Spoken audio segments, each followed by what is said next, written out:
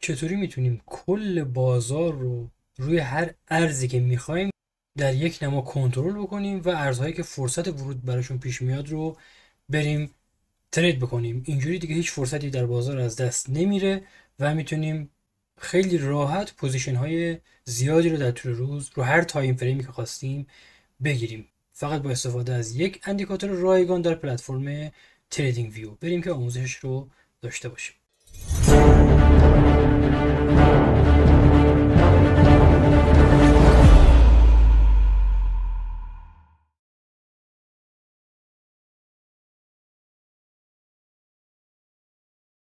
سلام، خوش اومدید به یک ویدیوی دیگه از کانال یک وب مستر.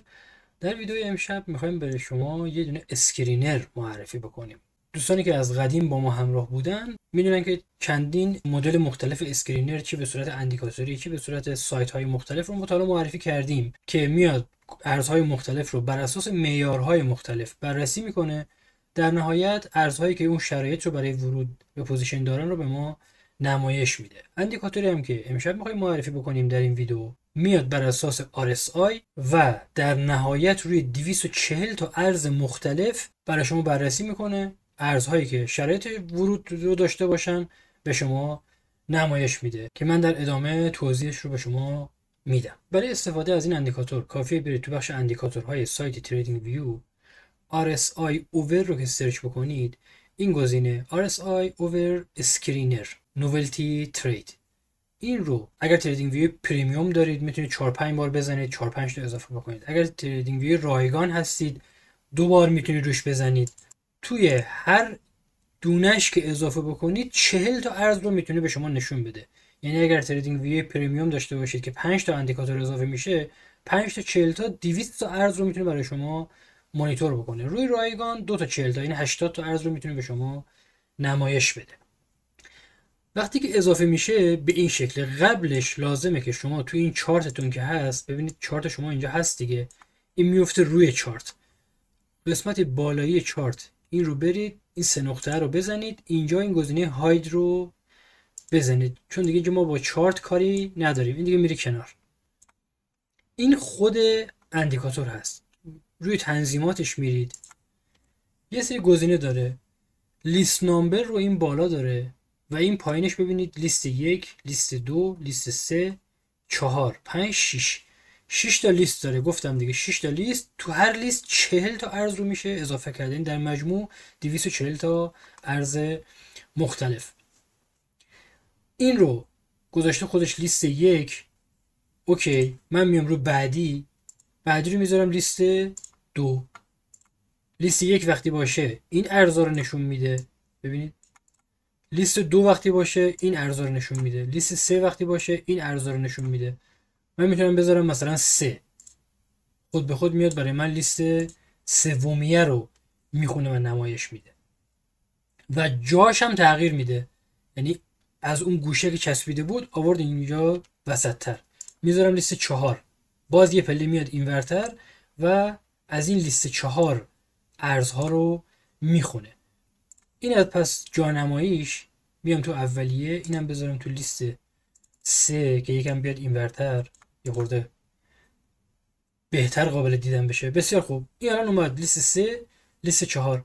همینطور اگر تریدینگ ویو پریمیوم داشته باشید میتونید بهش اضافه بکنید، گوشه این همینطوری میاد. در نهایت تا 6 تا تنظیمات RSI رو داره که نیاز به تغییرش نیست. توی گزینه بعدی تیبل سایز و اینها شما میتونید طول و عرض این سطرها و ستونها رو تغییر بدید که اندازه این جدولا رو تغییر میده. من الان اینو 4.5 میکردم 3.8، ببینید این مقدار تو هم دیگه رفت، طول و عرضش رو تغییر داد. بعضی موقع پیش میاد که شما یه ارزایی رو اضافه میکنی، اسم ارز طولانیه، اینجا جا نمیشه، مثلا 3 نقطه میفته ادامش، اینجا بیاد عدد رو تغییر بدید، جدول کشیده تر میشه و میتونید اسم ارز رو کامل ببینید. این قسمت پایین اسم صرافی رو داره، پسوند رو داره و لیست ارزهایی که مد نظر شما هست که اینا رو جلوتر توضیح میدم چجوری باشه کار بکنید. توی خود جدول که بیاید، این تنظیمات من خارج بشم، چند تا ستون داره که اطلاعات خاصی رو به ما میده. یه تیکره که خب اسم ارز رو نشون میده، طبیعتاً RSI رو داره، مقدار RSI، عدد RSI رو در لحظه روی اون ارز نشون میده. دات مثلا 53 الان، داسک 51، DYDX 54 و ارزهای بعدی 0 و 1 و 2 داره. 0 یعنی الان روی کندلی که الان هستیم وضعیت RSIش چجوریه. 1 یعنی کندل یه دونه قبلش، 2 یعنی 2 تا قبلش. پس ما الان یک کندل قبل، 2 کندل قبل، 3 تا کندل اخیر رو وضعیت RSI اون ارز رو ما داریم میبینیم. 2 تا فلش هم داره، فلش به سمت بالا، فلش به سمت پایین، فلش سبز، فلش قرمز. معنی و کاربردش چیه؟ RSI ما میدونیم دیگه، ناحیه اشباع خرید داره و اشباع فروش. RSI هم به نمودار خودم اضافه کردم، ببینید ناحیه اشباع فروش داره و بالا که بیاد اشباع خریده. اشباع فروش وقتی بیاد به ما علامت سبز میده، یعنی میگه این ارز توی این تایم فریم، یعنی ما الان 1 ساعت هستم، همه اینا تو 1 ساعته نشون میده. برم تو 1 دقیقه، همه اینا رو تو 1 دقیقه نشون میده. پس RSIش بر اساس تایم فریمی هست که شما داخلشید. میگه این ارز فیل الان توی کندلی که توش هستیم در ناحیه اشباع فروش وجود داره. سبز به سمت بالا سبز میده، یعنی که فرصت خرید درش هست. اگر عکسش بشه، یعنی ما بیایم در ناحیه اشباع خرید، اینجا به ما قرمز میده، قرمز به سمت پایین، یعنی میگه که این دیگه وارد اشباع خرید شده، الان دیگه احتمالا فروشنده ها وارد میشن و سیگنال برای فروشش هست. پس اینطوری شما میتونید با این مستطیل‌های سبز و قرمزش در جهت خرید یا در جهت فروش روی 40 تا ارزی که اضافه کرده، یا 80 تا یا در نهایت 240 تا، وارد پوزیشن بشید، هرچند که نیاز به یه بررسی هم داره. حالا ارزها رو چجوری بهش اضافه بکنیم؟ گفتم دیگه ما لیست های مختلف داریم که اینجا داره نمایش میده. ما اولیه رو گذاشتیم از لیست 3 بخونه. ببینید این لیست 3 ما هست. اینو من اگر پاک بکنم، بعد از چند ثانیه شما میبینید که این جدول کلا از بین میره. ببینید کلا پاک شد. چجوری ارزها رو اضافه بکنم؟ 3 چیز رو نیاز دارید: اسم ارز، اسم صرافی و پسوندش. خب اینا رو از کجا بیاریم؟ شما اسم ارزها رو میزنید توی تریدینگ ویو، بستگی به صرافی که باهاش کار میکنید. من با بینگ ایکس کار میکنم، میذارم روی بینگ ایکس. شما با بایننس کار میکنید، میذارید روی بایننس یا هر صرافی دیگه که اینجا باشه. بینگ ایکس رو میزنم، این ارزها رو داره که فیوچر، استاندارد فیوچرز، پرپچوال یا مدل دیگه ای. اونایی که استاندارد فیوچرزه، برای مثال بیت کوین BTC USDT .PS، اونایی که پرپچواله USDT.P.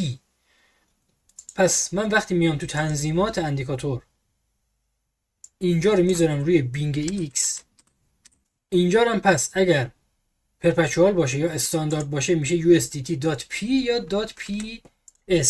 بازاری که میخوام رو اینجا، پسوند اینجا، اسم صرافی اینجا، خود ارزم این وسط میذارم BTC ویرگول فاصله ADA ویرگول فاصله BNB ویرگول فاصله PP ویرگول فاصله. دارید میبینید هر ارزی که من تایپ کردم رو اینجا آورد.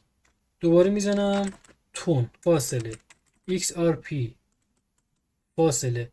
هر ارزی که من اینجا اضافه بکنم به ترتیب به زیر این ارز ببینید اضافه میشه. وضعیت RSIش هم داره نشون میده تا 40 تا ارز. تو هر کدوم از این خونه ها 40 تا ارز مختلف رو من میتونم اضافه بکنم. پس ما زمانی که اومدیم در مرحله اول، اینم من ببندم، ارزهامونو بر اساس صرافی که درش کار میکنیم اینجا وارد میکنیم، ارزایی که میخوایم روش ترید بکنیم اینجا وارد میکنیم.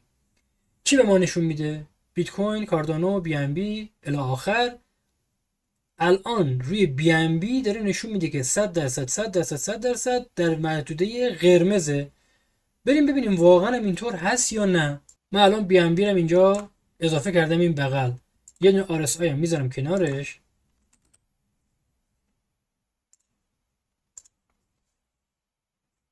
ببینید الان اینجا به من گفته BNB هم این کندلی که الان روش هستی، هم یه دونه قبلش هم قبلترش در محدوده اشباع بوده، اشباع فروش. احتمالاً یه کندل بعدی که بگذره اینجا یه دونه مثلث سبز رنگ بهم نشون میده، سبز رنگی که به سمت بالا بود. اینجا هم داریم میبینیم BNB USDT و در محدوده اشباه هست، یعنی احتمالاً قیمتش برگرده به سمت بالا بره. یعنی هر ارزی که اینجا به شما نمایش میده شما میتونید یک تحلیل ریز روی اون ارز داشته باشید و نسبت به خرید و فروشش اقدام بکنید. این رو من تایم فریمش رو عوض کردم، از 1 ساعته گذاشتم رو 5 دقیقه. ببینید روی اینا همشون داره نمایش میده. اینجا بهم گفته که BTC 2 تا سیگنال قبلش در محدوده اشباع بوده، یه سیگنال قبلش کندل سیگنال فروش بهم داده. باز مثل همونی که گفتم میرید روی اون ارز همون تایم فریم و میبینید که دقیقا همون اتفاق افتاده، یعنی BTC در محدوده اشباع رفته، سیگنال فروش داده و فروش هم شده، به سمت پایین اومده. طبیعتا این اندیکاتور اونقدر قدرتمند نیست که شما فقط بیاید روی همین مستطیل ها نسبت به خرید و فروش اقدام بکنید، ولی همین چند تا نمونه‌ای که ما دیدیم داره نشون میده که خیلی از اوقات به تنهایی درست کار میکنه. منتها شما از اسکرینرها یا این یا نمونه‌های قبلی که ما معرفی کردیم استفاده میکنید برای اینکه فرصتی رو از دست ندید، برای اینکه در یک نگاه کل بازار جلوی چش شما باشه. به راحتی شما بازار جلوی چشته، با ارزها رو میبینی، هر ارزی که اینجا به سیگنال داد میری روش یه تحلیل ریز میزنی، اگر واقعا شرایط برای ورود مهیا بود ترید میکنی، اگر نبود اون سیگنال رو نادیده میگیری، منتظر فرصت بعدی میمونی که ببینید دیگه چه سیگنالی میده. در حقیقت اسکرینرها یک دید گسترده‌ای به بازار به ما میدن، نباید به تنهایی برای ترید استفاده بشه چون خطرناکه، ولی خب دقتش دقت خوبیه، کمک بکنه به شما در ترید کردن. امیدوارم که از این اسکرینر جذاب هم استفاده بکنید. سوالی باز در موردش اگر هست کامنت بکنید پاسخ میدم. یادتون نره ویدیو رو حتما لایک بکنید که از ما حمایت بشه، ویدیو به دست افراد بیشتری برسه و ما رو حتما در تلگرام و در یوتیوب دنبال بفرمایید.